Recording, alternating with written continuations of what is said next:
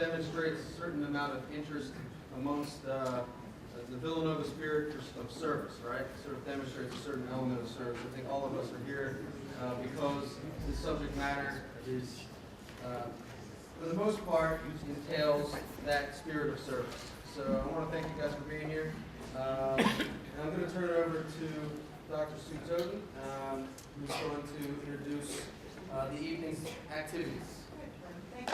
Thank you very much for coming, and a warm welcome to our guests from CRS, Catholic Relief Services, guests from outside the university, and our student guests. I know that a number of you have been traveling this weekend. Some of you were at conferences in Pittsburgh, others I heard were in Boulder, others I heard were in Florida. So I especially appreciate the effort that you made to be here this evening. The title of tonight's presentation is Career Choices in Engineering, International Development, Humanitarian Engineering, and Peace Building. This event this evening was a collaborative effort between Catholic Relief Services and Villanova University, and in particular the College of Engineering.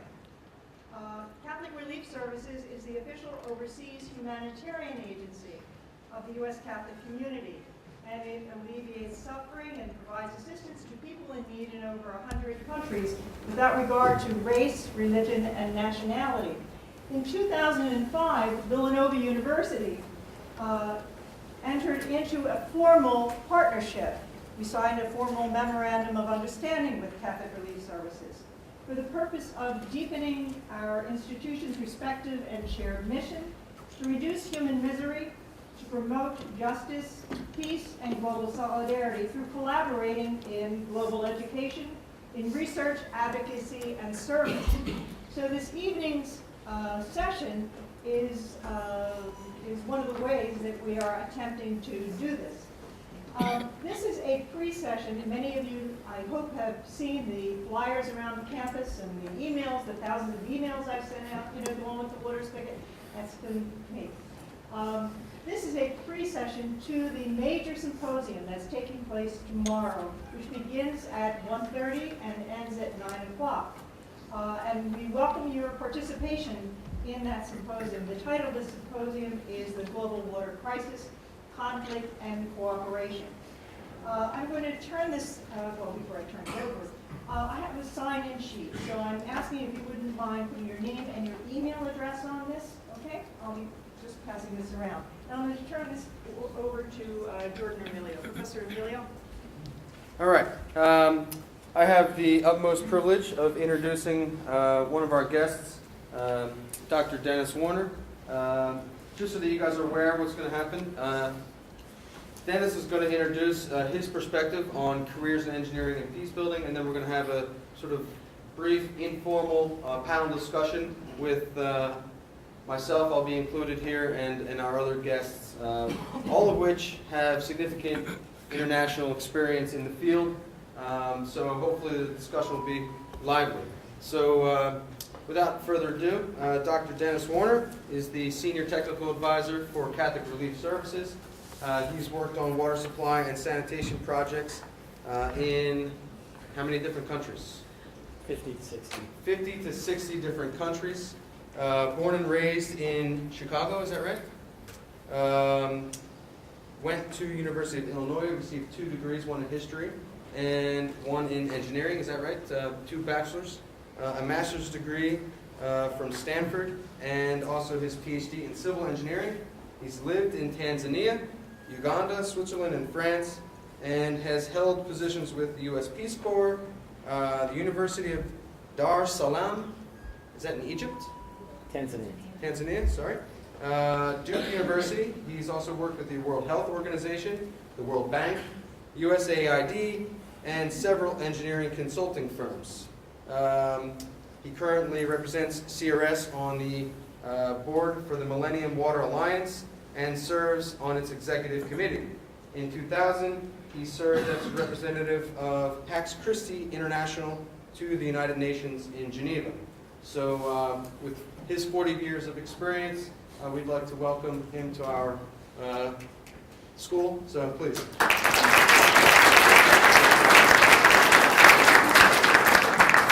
Thank you, Jordan, and it's a pleasure to be here. When you listen to that litany of jobs, it shows that either international service is not a steady job or I can't hold a steady job, one or the other.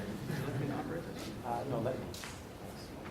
I'm going to talk to you about careers in engineering, in international engineering, but it'll be a specific type of it. So it's not the usual type of recruiter approach you might get where they'll say all the wonderful things about their organization here that you can do and the pension plan and so on. I'm going to talk about a career choice, which is distinctly different than what most engineering graduates do.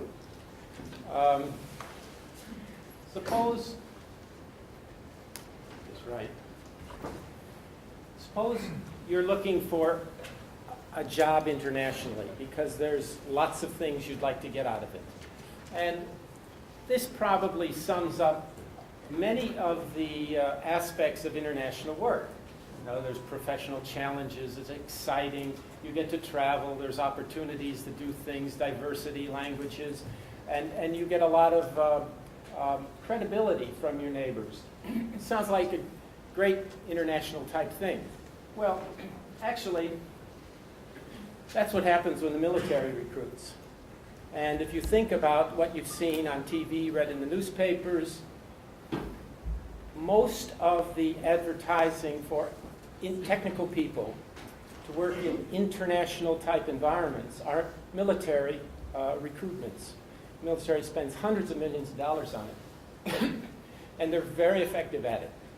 But when have you ever seen an ad or a recruiting approach for people doing non-military things, who are doing things that are intended to promote peaceful outcomes? Now, I'm not saying the military doesn't work at promoting peaceful outcomes, but that's not the basic purpose of the military.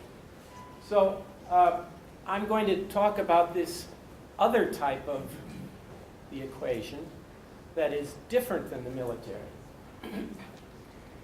And so there's a basic question here. How can we generate the same kind of enthusiasm for activities which promote peace, promote humanitarian outcomes, that we're so successful at promoting for military outcomes? Just think about it. There are different kinds of engineering.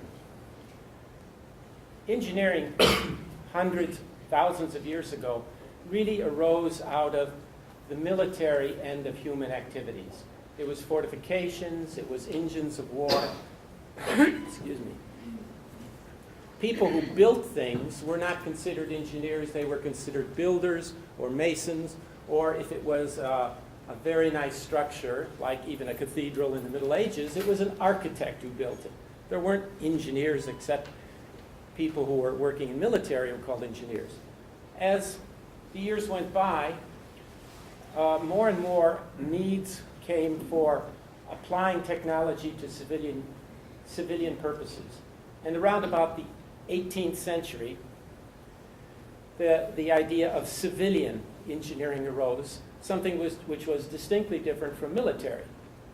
And since then, civilian engineering, that's where those of you who are in school, Department of Civil Engineering, get your name roots from, that's spread out into all the different types of engineering we have. I can't even keep up with the different names in the divisions, especially in the electronics field and the bioengineering field, that every day there's a new area arising. But if we think about the types of engineering, the first type of engineering that societies thought about was military engineering, which was driven by conflicts, the need to develop and apply technologies to conflicts. As time went on, a few hundred years ago, we began to put a different name on the non-conflict type, and we called it civilian or civil engineering. And I'm going to suggest to you another output of the civilian engineering, which is peace engineering.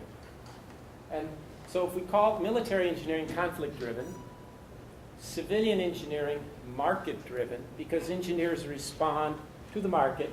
They work for clients. Clients say, we need something built, we need something developed. Engineers respond. Then this third type, peace engineering, is driven by human rights. The market, of course, comes into it, technology comes into it, but human rights is the dominating factor. We can call those two areas of civilian and peace engineering, excuse me, humanitarian engineering, where one is trying to achieve humanitarian ends, which is really to promote civil welfare, help people to achieve their societal objectives. And there are universities that have formal programs on humanitarian engineering. It's becoming a growing area in the American university system.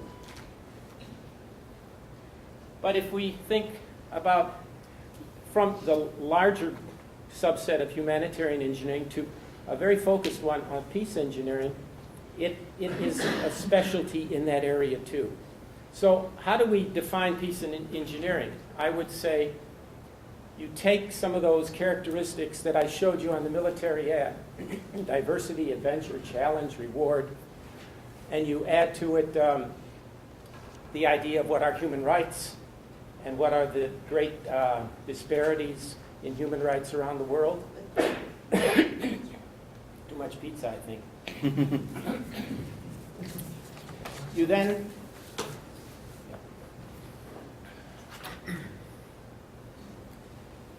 then come to another kind of engineering approach, which I'm defining as peace engineering. So basically, I call it the application of technology, because an engineer works with technology, to control or modify the environment in ways that promote communication and interaction, understanding between the stakeholders. The stakeholders are those individuals and groups which have a stake in what is happening. They could be governments, they could be organizations, they could be individuals, it could be us.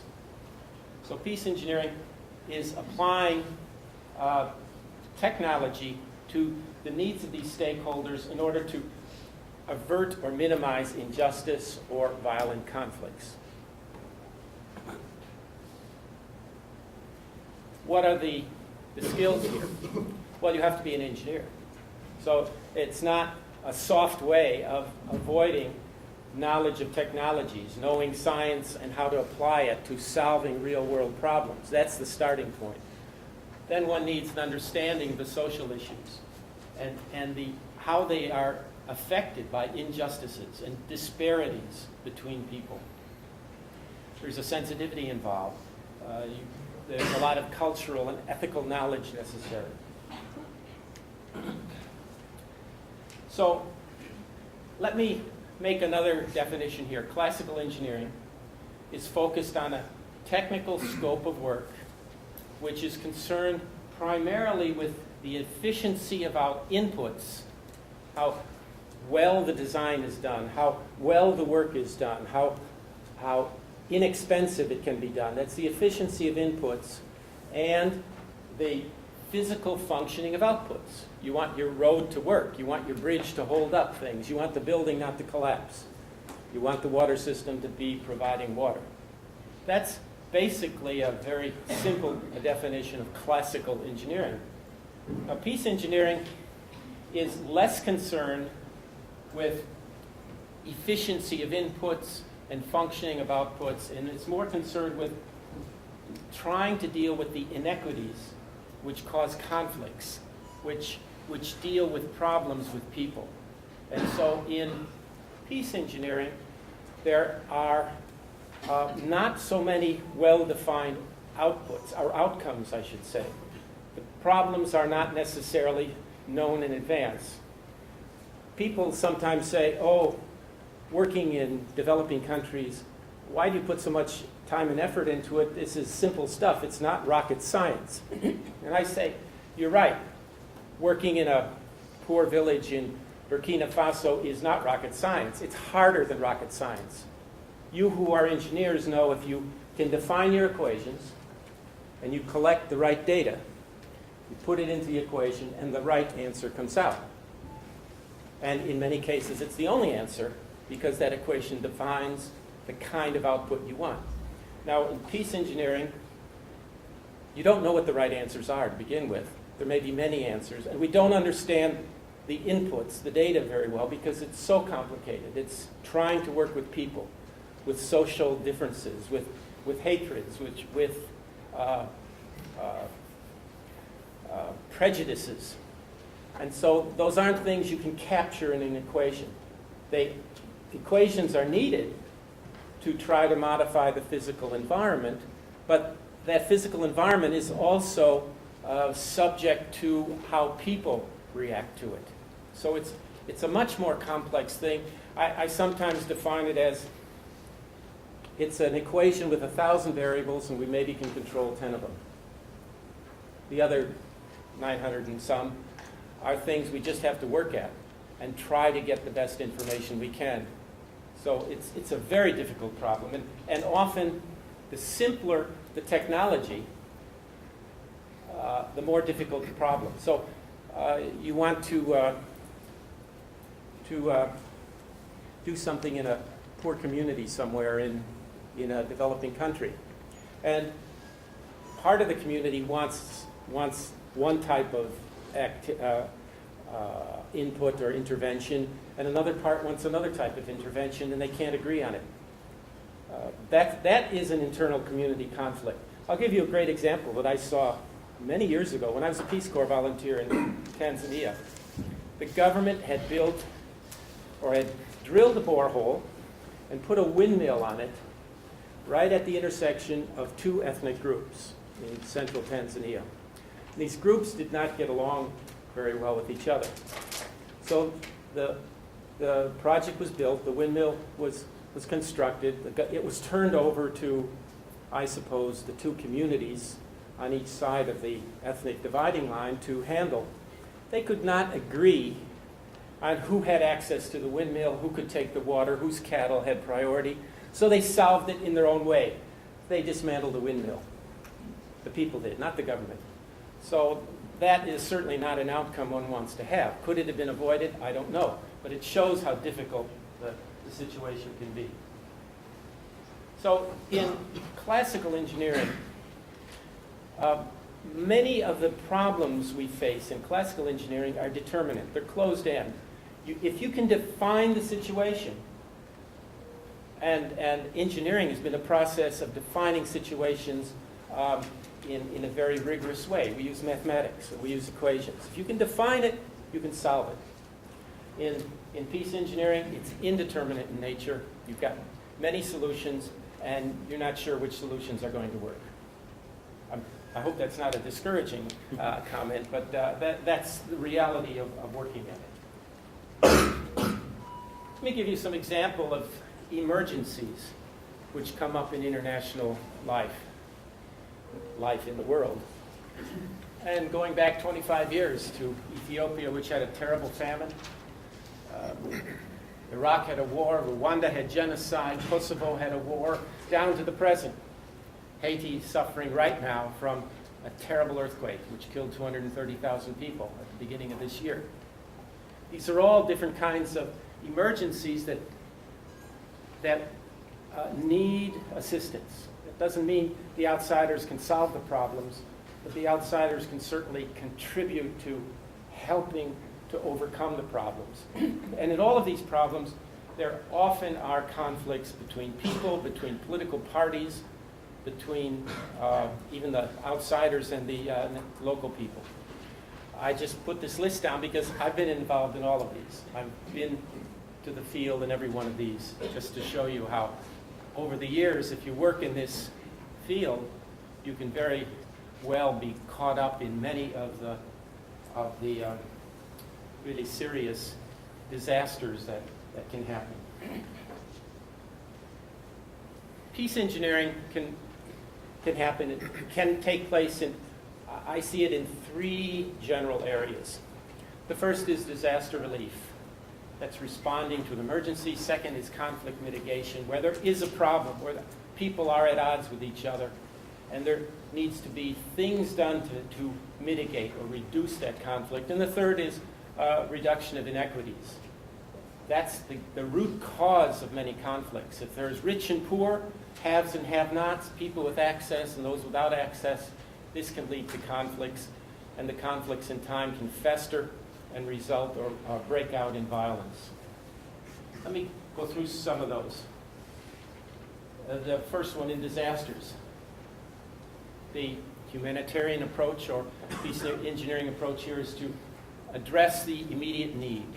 One is concerned often with life-saving interventions. That's when disasters happen very quickly, like an earthquake or a tsunami. Things like droughts often take a long time to build up, and they have a different kind of dynamic with them, but they still can be disasters.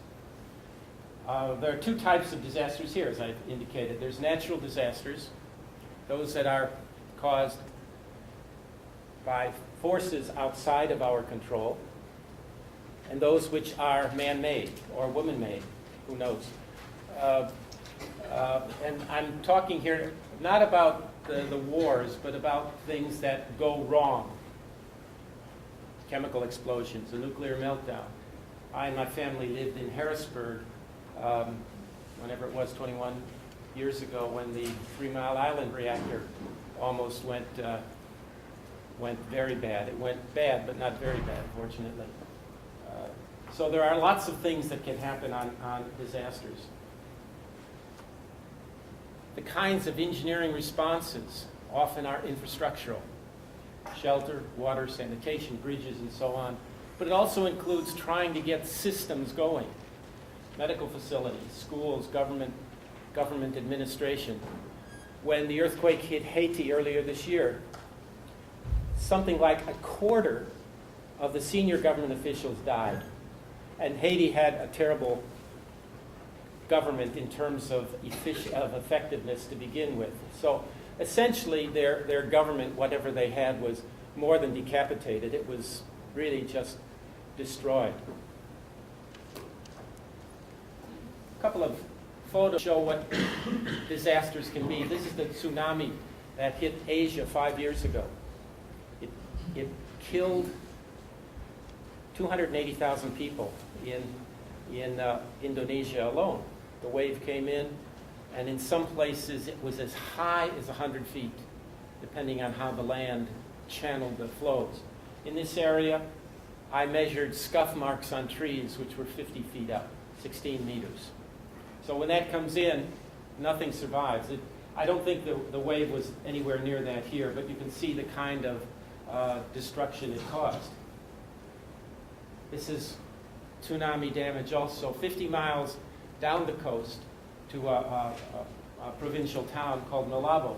The wave came in, and you can see it just swept the buildings off the land. They're gone, except a few that probably adhered to the building codes. That's one of the problems in poor countries. Building codes may exist, but they're not enforced. In the year 2000, northwest India had a very bad earthquake in Gujarat state. 20,000 people died. It happened in the morning at 8:30. People were in their offices, people were on the streets, and buildings just came down. Often when this happens, people don't have shelter. They don't have their houses. So eventually they get assisted in various types of camps and temporary shelters. This is one in Pakistan. Pakistan 3-4 years ago had a very serious earthquake in the northwest frontier province. That's where Al-Qaeda is right now. And something like 80,000 people died in this. The numbers are just staggering. Can you imagine if that happened in this country, how many people would have lost relatives, friends, family? Okay, let's look at peace engineering and conflicts. This is where there is actually violence happening because people are antagonistic with each other. They may be rooted in inequities, they may be rooted in jealousy or whatever, but there is actual violence taking place. It could be civil wars, insurgencies, international wars, so on. Rwanda, in 1994, had a terrible genocide. 800,000 Rwandans died in a country of 9 million people. And they were killed by their neighbors, sometimes even by their own family members for a variety of reasons. And could this have been avoided? This was such a traumatic thing, not just in Rwanda, but in the whole international community, that CRS, which had been working at peace building for 30, 40 years before this, had to change its whole operations because we thought Rwanda was a good Christian, a good Catholic country, and it just descended into this hellish chaos. So we've had to rethink our whole approach to peace building and address issues of injustice more than we did in the past. These are refugees fleeing from one part of the country to the other. In the capital city of Kigali, when the Tutsi came in and the Hutu fled, all the systems were down. And so we're here in the one of the pumping plants for the capital city water system trying to figure out how to get the pumps restarted. Okay, the third type of peace engineering is to reduce inequities between people. And this is the kind that we often see with international development. How do we develop facilities and services to help the poor, to help the vulnerable, to help those that have been left out of whatever progress is taking place? And these inequities can be very different. They can be economic, in terms of money going in. It can be social, in terms of recognition within a society. There can be other things of health care, land, access to water, and so on. So it's easy to see inequities in the developing world. This is a reservoir in Kenya, northeastern area, Garissa province. It hadn't rained for 3 years. The water's almost all gone. Those donkeys, I was told, come from 10 to 15 miles away to carry water to households. You don't carry water miles and miles for plants, only for people. But that water, it looks like chocolate syrup. It's so heavy with mud. Here's a reservoir in Niger, in Central Africa. It has more water, but the water here isn't very good. It looks like chocolate milk. And yet this is domestic water. Those women are collecting water to take back to their houses. And so this is the kind of inequity you see. All of these countries have fairly modern capital cities. But you get out of the capital city and sometimes you only have to go a couple miles, kilometers, and suddenly you're back in the 10th century. Even when some improvements are made, they may be too little, too late. They don't work. An open well in Kenya. There's no such thing as safe water from an open well. Open wells always have contaminated water. Yet this is their domestic water supply. It's nice when a system works. This is a hand pump on probably a relatively shallow borehole. It might be 100, 150 feet deep. That's a French-made Volanta pump. With a big wheel like that, you can see you can get a lot of leverage on it and pump from fairly deep levels by hand. The deeper the well, the more energy you have to put into pulling the water up. So this is a nice system when it works. They tend to break down too much, though. Okay. Now that I've got you all interested in signing up, here's what you have to do if you want to consider working in an international career, hopefully for humanitarian purposes, and hopefully with an idea of promoting peaceful outcomes. Well, first of all, you start with your technical studies. I take that as a given.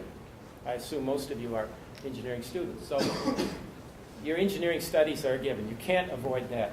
But what do you need in addition to it in order to be able to function in an international environment, in an environment in which you're concerned about inequities and injustices? Well, take courses that deal with those issues, history, sociology, so on. Associate with faculty interested in peace aspects. And it's interesting. Often you get some very good ideas from them. This will show you how old I am, but when John Kennedy gave his inaugural speech and asked not what you can do for your country, I said to myself, what can I do for my country? I was an undergraduate in engineering, so I went to all my engineering professors and I said, what's the most important need in the developing countries? And I think without exception, they all said water. Okay, I've been in water ever since. So engineering faculty can be a good source of information. Participate in organizations. There are some like Engineers Without Borders and so on that are available at universities. And there are other organizations associated with further education. And of course, have an engineering program that has technologies that are related to international development. Second step, volunteer.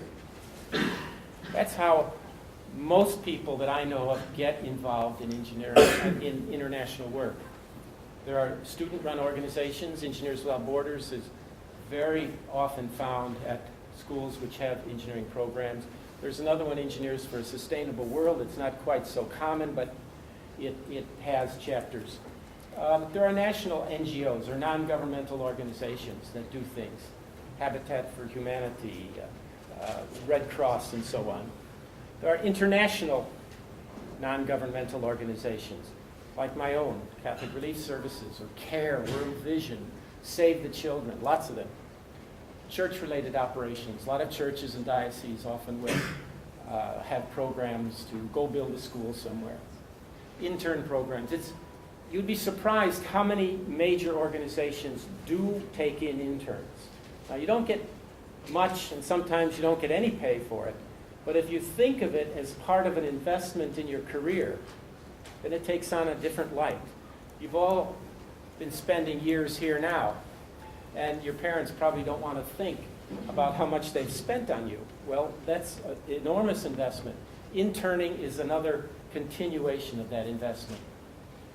And then something like the Peace Corps, which I think everybody here has done. Beyond that, now we get into the professional opportunities. There's the academic track, working with young people, working with young aspiring professionals. And that can be through research, it can be through teaching, it can be through mentoring students. But it's an essential thing. You can't generate a population with ideas and interests and dedication without good formation, good mentoring at critical points in their life. And development of curricula also. And the third way to get involved is working at international development. And I list several major approaches here. The federal government, USAID is the main international development organization of the U.S. government.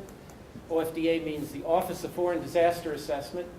They get sent into countries immediately after a disaster to look at the situation, assess it, and determine what the U.S. government should do.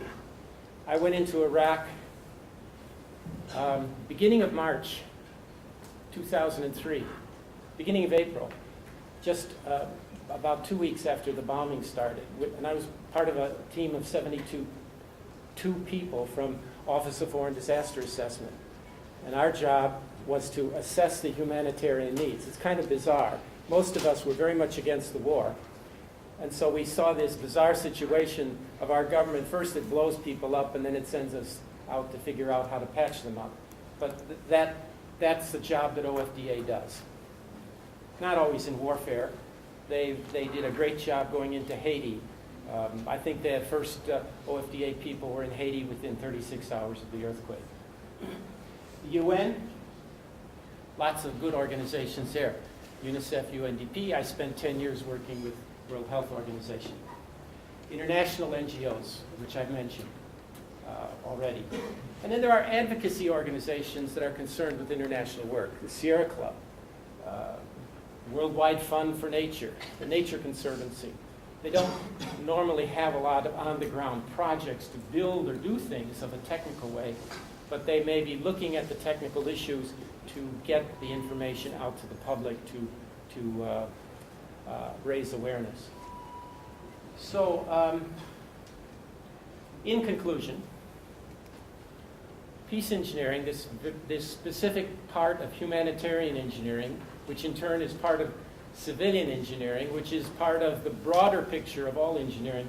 Peace engineering is a conscious application of technology to mitigating conflicts and promoting peace.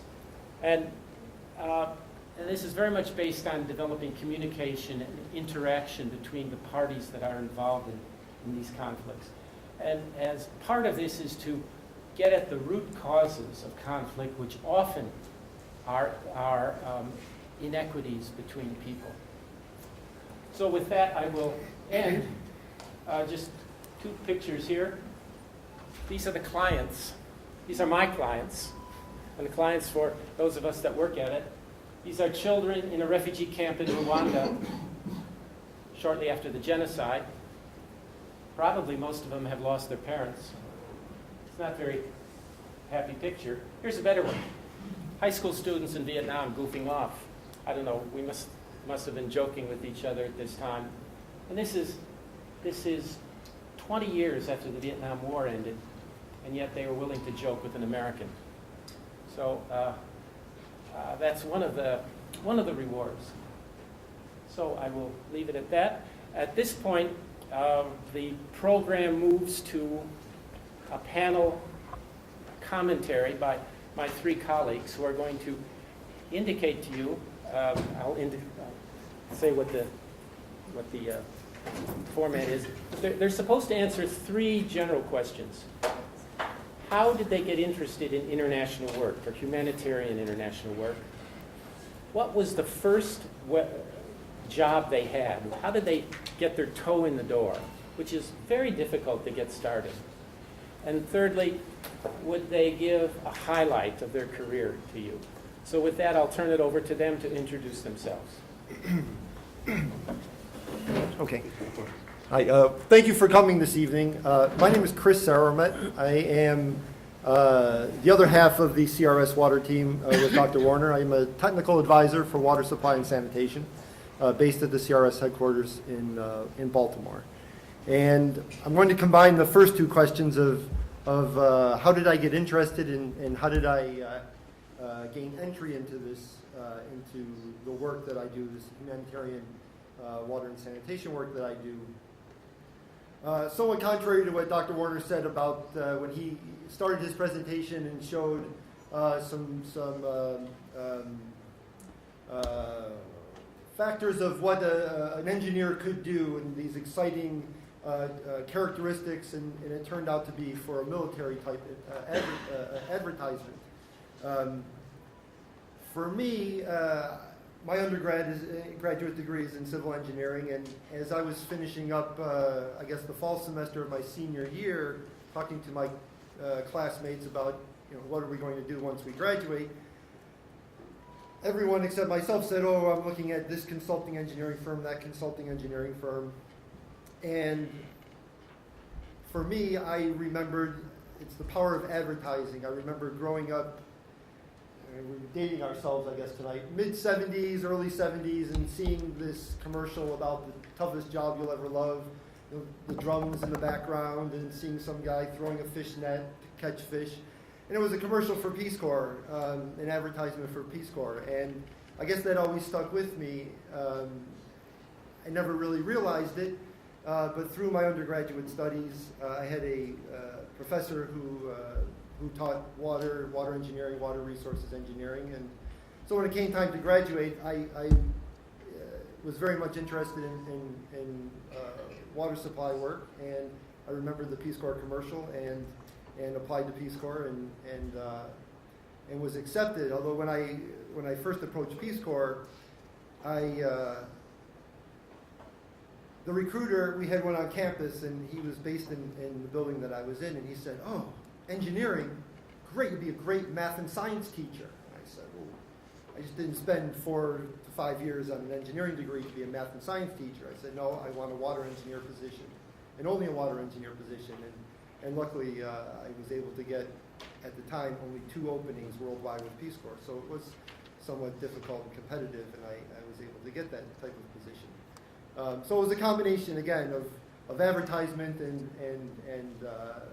the influence of one particular professor that I had. The third question. Highlight. I've been doing this work. As I said, I was a Peace Corps volunteer for almost a little over 4 years. I was an overachiever. I came back to get a master's degree, worked in consulting engineering, domestic here for about 12 years, and then went back into development work after that period of time. And I've had many. As I was sitting here listening to the presentation and thinking about achievements, there's just so many on a personal level. I remember working in a refugee camp one time, and before I think it was the day before I was actually leaving, just going around to check my hand pumps, make sure everything was working right before I left. Just an elderly woman coming out of her house. She saw me standing, excuse me, checking the hand pump, making sure this was full of water, and she just came up and hugged me. And in Kinyarwanda, she was a Rwandan refugee, thanking me for providing the water. And as Dr. Warner showed in these pictures, it's that personal connection. You can never get enough of that, and I guess that's what motivates a lot of us. Hello, everyone. Perhaps some of you might know me. My name is Jordan Emilio. I work here at Villanova. Well, sort of a little bit of background. I was also a Peace Corps volunteer. Worked in the Philippines for a few years. Also a slight overachiever, not quite so much as Chris. But beyond that, I worked in East Timor with an organization called Oxfam. That was in 2001, post-conflict UN transition type of project. Also worked in Sri Lanka with Mickey here on a project post-tsunami, on some of that work, right? We're doing solar pumps, a solar pumping system there. Have my master's degree from Villanova, did water resources engineering, and started teaching here at Villanova to try to assist students that were interested in these types of projects. So that's sort of my background in terms of my biography. What got me interested in international work? Well, I guess I was a junior engineering student. Wasn't quite sure if I wanted to do the summer internship type of thing. Didn't feel right for me for some reason. And what I actually did, and perhaps it might have been a little crazy at the time, but I sold my car and bought a one-way ticket to Kuala Lumpur, Malaysia, and backpacked from Kuala Lumpur, Malaysia, up north through Malaysia, through Thailand, through Laos, Vietnam, across Cambodia. Spent the summer backpacking in Southeast Asia. And honestly, it was probably one of the best things I'd ever done. It opened my eyes to so many things, and culture, and just working with people, and just sort of the difference between politics and people, right? And sort of opened my eyes to certain things in regards to don't believe everything you hear, and go check it out for yourself. So that's sort of my general advice for everybody here. Now, how did I get started? Well, I started volunteering, actually coming back from that experience as a senior. I started volunteering. I took my first trip to Nicaragua with one of those mission trips that Villanova is so fond of. Just sort of a quick poll of the audience. How many people have been on a mission trip with Villanova of some kind? Okay, so Central America, Asia, perhaps even Africa, right?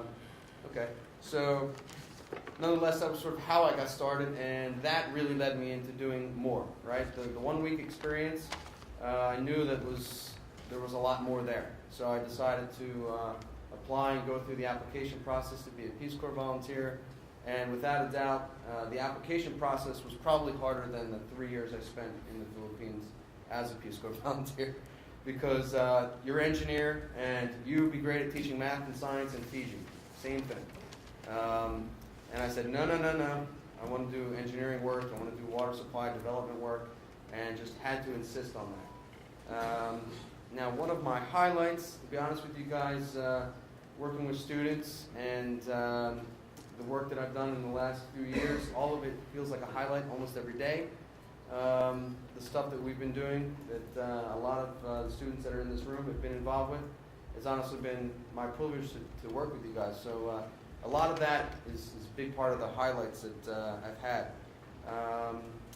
But I think when I really look back, coming out of that Peace Corps experience where I was working for 3 years and sort of rubbing two sticks together to get funding to do a water project, and then going straight into this international post-conflict reconstruction effort, full-scale UN mission.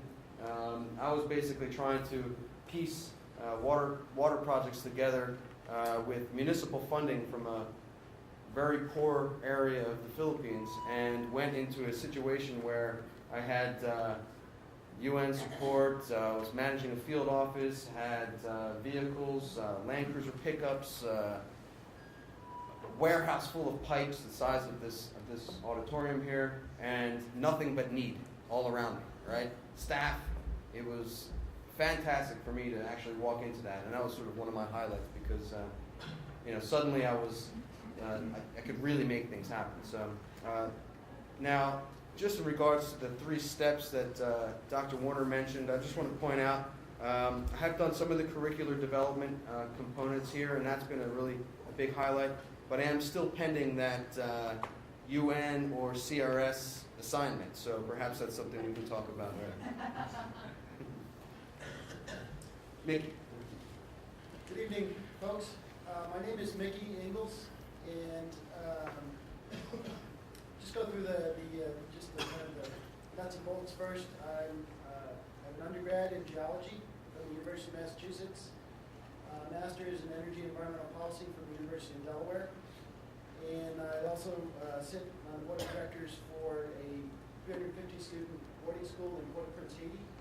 It's called the Haitian Project, and that's been for about 10 years. And for the last 15 years, I've worked for a private company called World Water and Solar Technologies that basically brings solar water pumping and power systems to areas of the world that don't have it. And that's how I first met Jordan.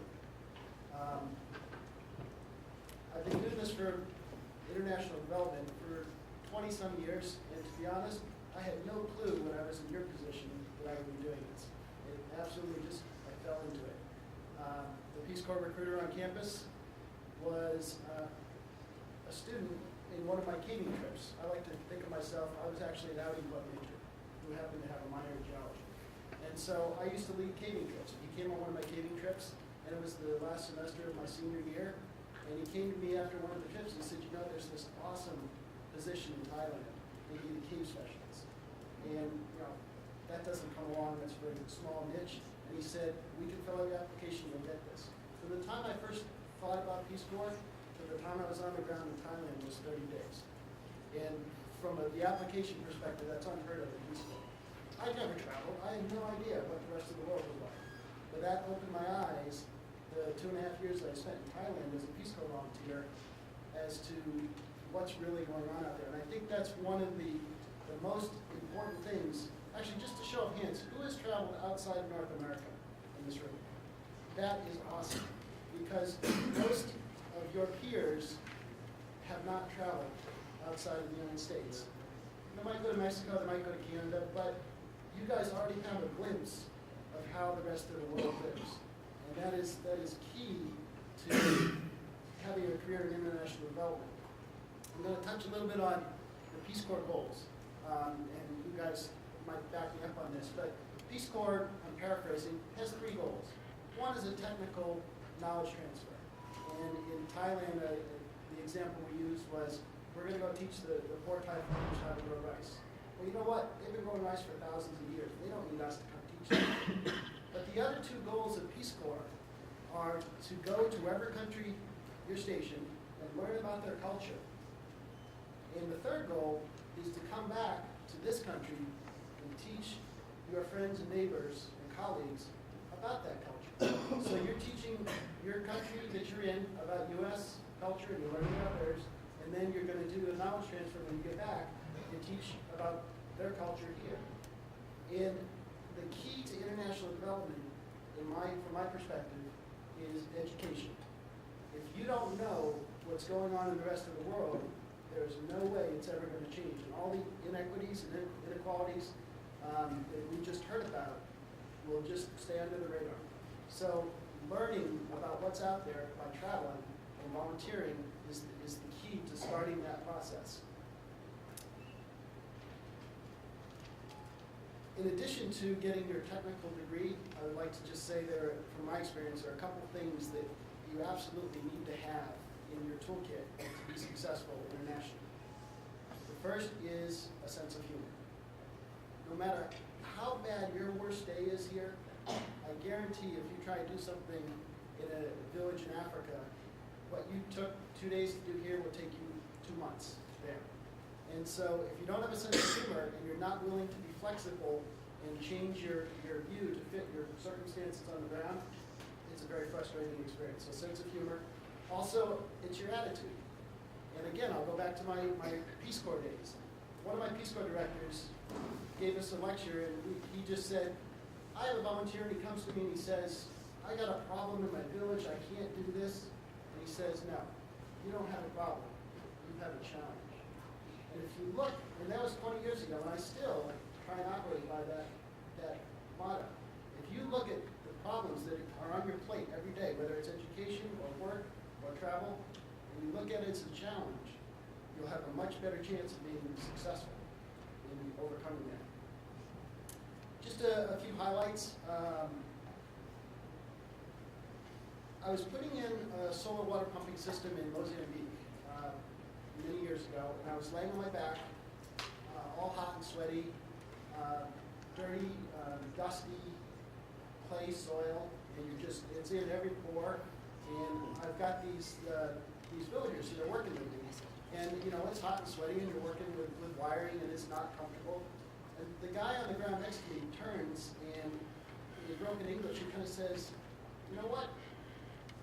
We've had aid workers come here before, but you're different, because they don't get dirty. And I thought about that. That is an experience. How much money you have, you cannot purchase it. And those are the kind of experiences that you have access to, that you get to go through in international development. Kind of tied to that is, and one of the exciting things about working internationally is you get to have a foot in both worlds. You can be the technical expert. You can be the consultant. You can be the highly paid, educated professional. And you can be meeting with government officials in the morning, but in the afternoon, you can be working with the poorest of the poor. And some of the most notable highlights for me is in water pumping. When you bring water to a village, and you turn that well on for the first time, and you see the expressions on the kids' faces. It's laughter, it's joy, they're drinking clean water, maybe for the first time in their life. And again, that's an experience that no amount of money can purchase. So anyway, I wish you guys the best of luck, and go out and travel.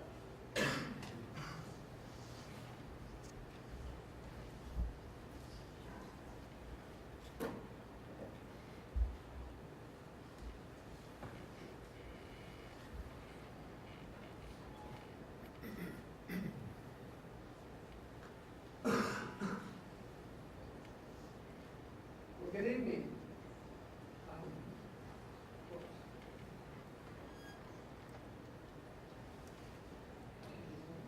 There we go. I'm going to sit down here a second. It's going to go in automatic mode. My thought was off the ramble, so I'm going to just have a series of photos going on at the same time, so you at least enjoy the photos while I'm talking. But I kind of went into this a little bit differently, as Dennis mentioned. They all went through Peace Corps. That's probably the most common method to get started. I actually got my BS in civil engineering at Texas A&M, went to consulting, did that for 5 years, then got my PE and headed off. My wife and I joined a faith-based group called Marian Missioners.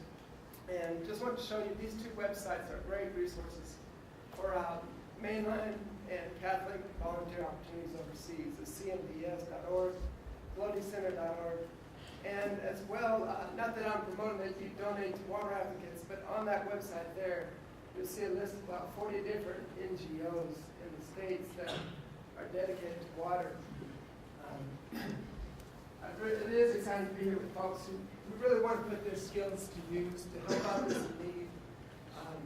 It's very inspiring to be with folks here at this table as well. In my own case, I was assigned to Bolivia, and knowing that I was going to be going there, I got in touch with the American Water Works Association's Water for People program. And it just so happened that in Bolivia, their country coordinator was located in Cochabamba, where I was learning Spanish.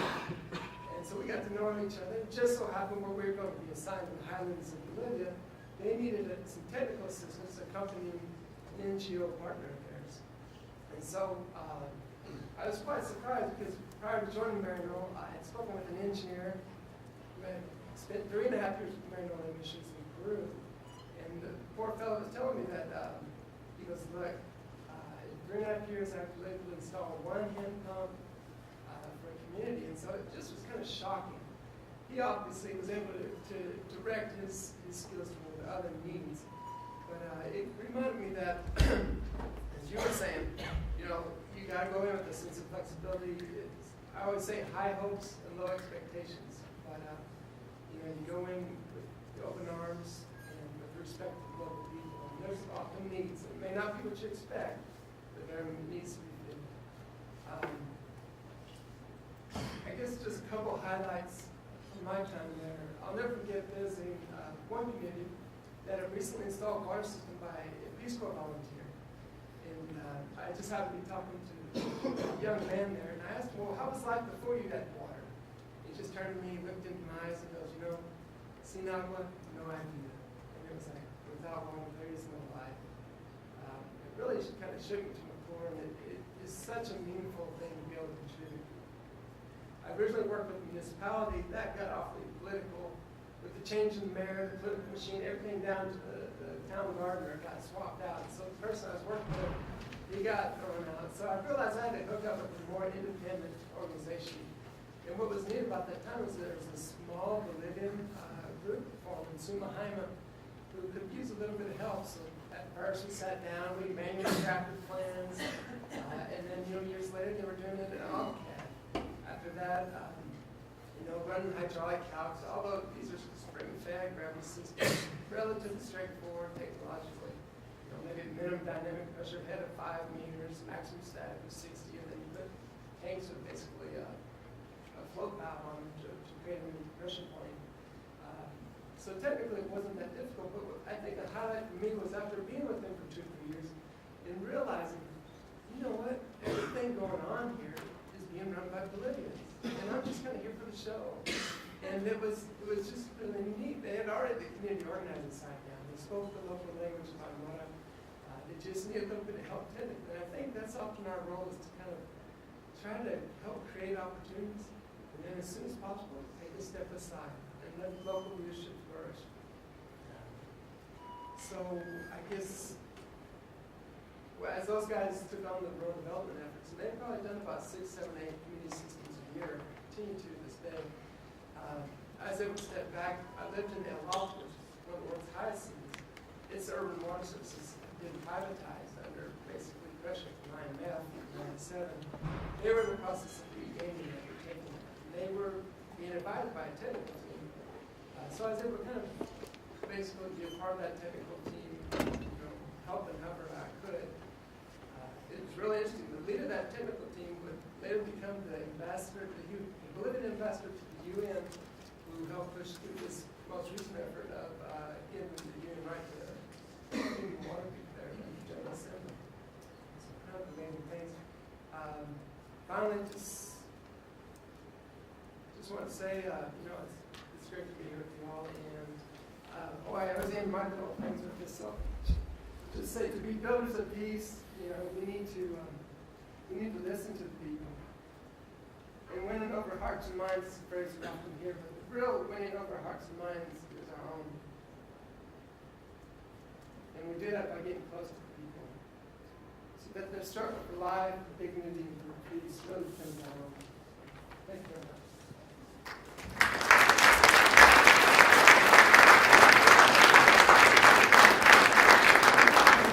So, I think we're going to open it up for a few minutes for questions. So, if anybody has any questions, please feel free to shout it out. And we'll start with Diane.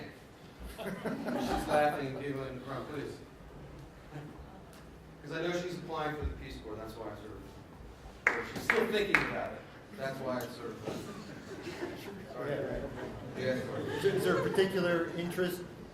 Are you going into looking at Peace Corps just to do something, or do you have a particular interest that you are looking to get exposure to, or put your degree to work, or what is your degree? Mechanical. Mm-hmm. Are there? Have you been in discussions with your recruiter, or are you just thinking you haven't gotten that far yet? Do you have an application in hand? Not yet. Okay. Yep. I guess the question would be, is there any of your choices, starting with when you first looked at this kind of thing, especially in college, that you either regret or really value, or you think that you made a very good choice? Any regrets or key decisions that you made to help you along the way? I would say basically no regrets. Because each time you make a decision, you move to another decision point that opens up lots of doors that you can go through. And you'll never have access to those doors until you make that next step. And so your life may not be something you can plan out when you're 25 years old. But that's all right. You've got one of the best educations in the world. You've got a country that is very supportive of this kind of work. You've got friends and other things. So you've got all the advantages to turn that life into a very successful, fulfilling one. But you won't know how it will turn out. If you want security, I guess stay home and do telemarketing or something like that. Anyone else? Any thoughts? No, I agree. I don't have any regrets for joining Peace Corps and getting my career started that way. But as was said here, having a sense of humor is very important. You're going to make mistakes. You're going to be in a fishbowl. All the eyes in the community are going to be upon you. It's by the time you think you've got things figured out, you're getting ready to come home. 2 years goes by quickly. And again, as was said too, it's the toughest job you'll ever love. It's very difficult. You're in a foreign environment, and personally, I think I brought home more than I contributed while I was there in my 2 years. Well, my first 2 years. I then stayed on for another 2 years in other capacities. But yeah, just having that open mind. And keeping high hopes and low expectations to start with. Good advice. Any other questions or comments? I've been to a couple countries over in Europe where the commoners or the regular people kind of look down on Americans. Being in third world countries, have you noticed that, or do they not really notice the difference? They kind of are like, "Oh, sweet, somebody's gonna come and get me some water." Perception of Americans in other countries, right? Any thoughts, comments on that? It depends on which country you're in. One of the most eye-opening experiences for me was during my time in Thailand as a Peace Corps volunteer. We were going through the first Iraq War here in the States. And I would have people come up over the street and say to me, "What is your government thinking? What are you doing?" And I never really posed that question to myself, because here in the States, I didn't have to worry about that. I was surrounded by people who in general were in support of our country. And so one of the things that made me think is, first, to actually think through the process and come up with an answer, but more importantly, I came through that experience. Yes, I am a citizen of the United States, but more importantly, I'm a citizen of the world. And it really changes your viewpoint. And I think in general, people are people. And if you approach them as a fellow citizen of the world, as opposed to as an American who's either trying to sell them something or then you're accepted anywhere in the world. But you have to earn that trust. Any other thoughts, comments, perceptions of Americans? Are you perceived in foreign places? No, I've lived in Namibia, for example, right after independence in 1992 or so, and the Portuguese there did not like the Americans because of who we supported in helping them attain independence. And again, when you make those personal connections and people understand why you were there, yes, you're there as an American, the American government is essentially what brought you to where you're going. But when people start realizing why you were there and what you were trying to do, it changes people's attitudes. And yes, there are people who wave the flag and I'm an American and tell it outright wherever you are. And there's nothing wrong with that, but again, it's the perspective you want to have.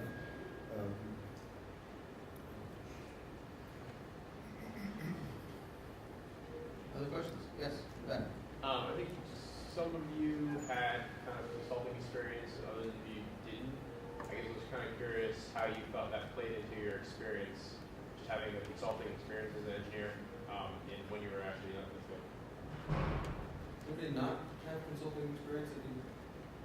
No, maybe not. No, it's a good question, because that's a valid option for a career choice, working with consulting firms. And there are many firms and many good firms.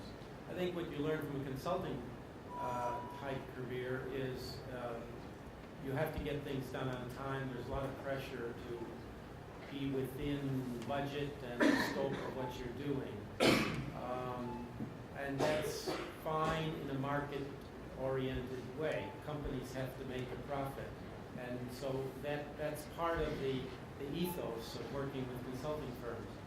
I like to have a broader perspective on things. I worked with a major firm for some 10 years, and the headquarters called our project a bunch of missionaries because we were always thinking beyond the bottom line, and that they didn't like it, and eventually I found I didn't care for that kind of philosophy. So I don't want to put down engineering firms. It's a valid way, but it's a different type of orientation. I think they're much more rigorous and driven to time schedules and budgets.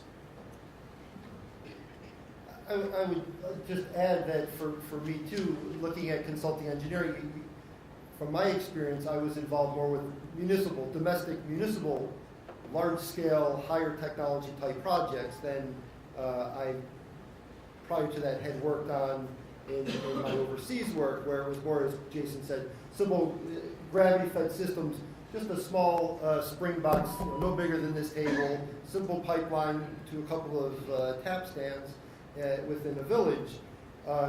So for me, it was somewhat of a I did Peace Corps first, where I wanted to put my degree to work, get a sense of adventure. But then I knew when I was finishing that time that I wanted to fine-tune those engineering skills by going back for a master's degree, which I did get in environmental engineering, and then also working for a consulting engineering, several, just to get that a little more sophisticated technical experience. But then after 10 or 12 years of whatever it was, I wanted to get back into more of the more humanitarian aspect of it instead of the bottom line and schedules and dollar amounts. But it is an opportunity. It offers an opportunity to get more disciplined and more exposure to maybe more difficult engineering experiences than one would in the type of work we do now. And sometimes I encourage people, actually, to keep talking about this. I sometimes encourage people, students, to maybe think first about, although I didn't do this, but to maybe consider working for a consulting engineering firm first, if you're considering Peace Corps, just to get some of that discipline and understanding budgets and project time frames. And then think about going into Peace Corps, because you have a good solid foundation, engineering foundation. Often students come back with, oh, I'll never be able to break out of that. I'll be in this consulting engineering world, and it'll be difficult to quit it, quote unquote, quit it, and then think to come back or whatever. And I say that's not true. You can whatever you want to do, you can do. If you want to work for a consulting engineering firm for 2 or 3 years, get some experience, and then go, there's nothing wrong with that. You can do it. That's more what I was actually. My question was more the direction of your second answer. That Okay. But I actually, I kind of agree with your second statement there. I actually graduated from undergrad a couple years ago. Got as far as filling out an application for Peace Corps, decided that I felt like I had absolutely no understanding of engineering. I didn't really think about what I could do. I didn't think I could do anything, like help anyway. So I started working. I ended up quitting my job, and now I'm in grad school here. But Are you still in the same field though, engineering? yeah, I'm still, I do water resources engineering. So I was just kind of curious if you were going to say any things that I have kind of my impressions on. And definitely after working, now being in school, I would feel much more comfortable and much more confident that I could actually help somewhere, go somewhere and help. Yeah, and as I look back on the path I took, where I went in, how do I want to say this? I had my theory through school, and then went to practice it by going the Peace Corps route. Was I as effective? I think no. I think I definitely brought back more home to share with people than what I was supposed to do with the first goal, that technical knowledge transfer. But did it help me in the long run? I would like to think it helped me in the long run. Other questions? How much does your faith affect organizations like CRS to help your religious to do faith-based programs? Anybody have a question? The question was about faith and faith-based organizations and international work, and what's sort of the correlation. It's a question that often comes up, and I can only speak for myself. My faith helps motivate me to do things, I'm sure. Would I still be motivated without the faith? I don't know. I would hope so. And with regard to organizations, some faith-based organizations are much more concerned about who they hire and who they work for, and others don't use faith as a criterion for services or employees. Catholic Relief Services does not hire on the basis of faith, and it doesn't deliver services on the basis of the faith of the clients. Our work is to the poor of the world and to the poor and needy, whoever they are. And so faith is not an issue. In fact, we have perhaps 4,500 employees. Most of 90% of the work are nationals of other countries. And I would say perhaps half of them are not even Christians, Muslims, Buddhists, whatever. So we do not use faith as a criterion for who is needy and who gets service.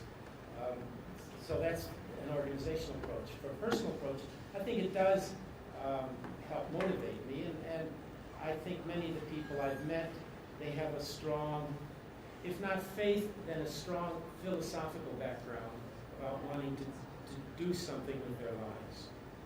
I think that's the best answer I can give. I think we might have time for one or two more questions.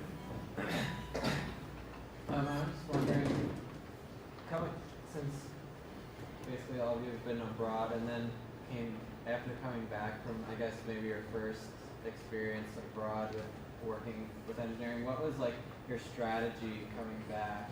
Like, I know you just mentioned getting your master's, but I guess what's that kind of link in your chain there throughout your experience? I mean, for me, it was just fine-tuning those engineering concepts that I learned in undergraduate, and then tried to put into practice.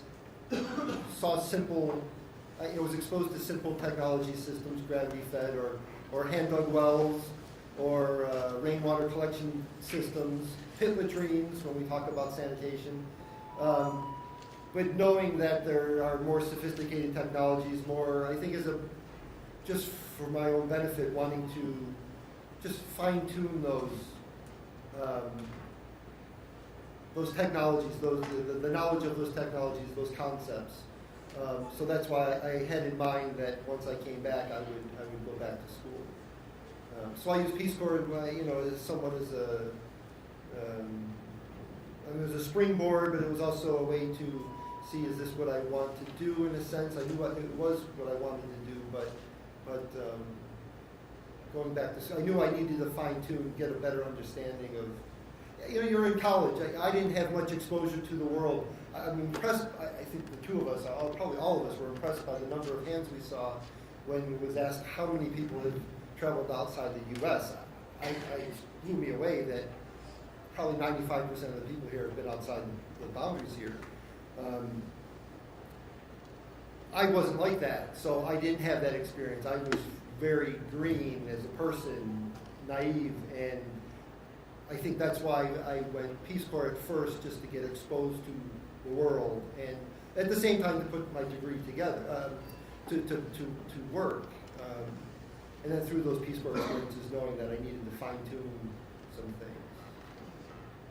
But again, you can go either way, too. You can stay here if you know that's what you want to do, get into engineering, get into an engineering firm here, and then eventually expand your horizons, I guess, for your, literally. So maybe we'll just, Just 2 quick points, touching on some prior questions. As an engineer, and I really liked your analogy about rocket science earlier. As an engineer, you're learning rocket science right now in terms of fixed variables and you have to define an answer. International development absolutely is harder than rocket science. And I think from my perspective, when I was Peace Corps, the volunteers that had some of the highest frustration levels initially were the engineers. Because you have a solid skill set that you come out of school with, and you want to go and you want to put that to work. And you're not trained for all these soft variables that are around you, and that's a learning curve. And so I think that that's really important that you go with that sense of flexibility, and then when you come back, that absolutely serves you well. And the other thing, to your point earlier, should I do Peace Corps or should I not? As an employer, when I look to hire engineers, if I see that someone has Peace Corps or something similar in their resume, that speaks worlds for what you can accomplish, not just on paper or in front of a computer, but from a whole project management point of view. So even if you're just looking to do a couple years of service, it absolutely will help you professionally down the road. just a couple other things that perhaps, we'll invite anyone who wants to continue the conversation after we sort of convene. But there are some pamphlets over here that you're welcome to take about some of the work that CRS is doing. Yeah, let me just say too, I didn't bring a lot of, many copies of each, but for those with paper and pen, there's a website where all of these documents are available electronically that I can give you, or if you see something you would like in hard copy, then I can work out a way of getting these to you. And for sure, everyone's invited tomorrow to the global water crisis, right? And Sue will sort of announce that. Okay, what is the website? The website is CRS Program Quality. It's all one word, .org. Before we thank all of our guests, I just want to do a commercial announcement, and that's about the Global Water Crisis Symposium tomorrow. The first session starts at 1:30. It's water, conflict, and cooperation, an overview. The second is not a drop to drink, water in public. It's actually water, gender, and public health. The third at 3 o'clock is water for sale. That's on the privatization of water. Another one at 4:30 is water and technology, and some of the speakers here will be participating in that. And then at 4:30, water, war, conflict, and law. We'll be having a professor from the law school who's an international water rights expert. And then the plenary session is Katie, Let's Get It Right by the president of Catholic Relief Services, Ken Packett, and Dr. challenges in Haiti. All the sessions are going to be presented by faculty from the various colleges in the university, as well as our CRS experts and some of our guests here this evening. So I do want to thank Dr. Warner, Sarah Mann, Pete Inglis, and Jason Guerin, and of course Jordan. And please, our speakers will be here for 10, 15 more minutes. This is an opportunity for you to ask the questions you might have been a little shy to ask and get some information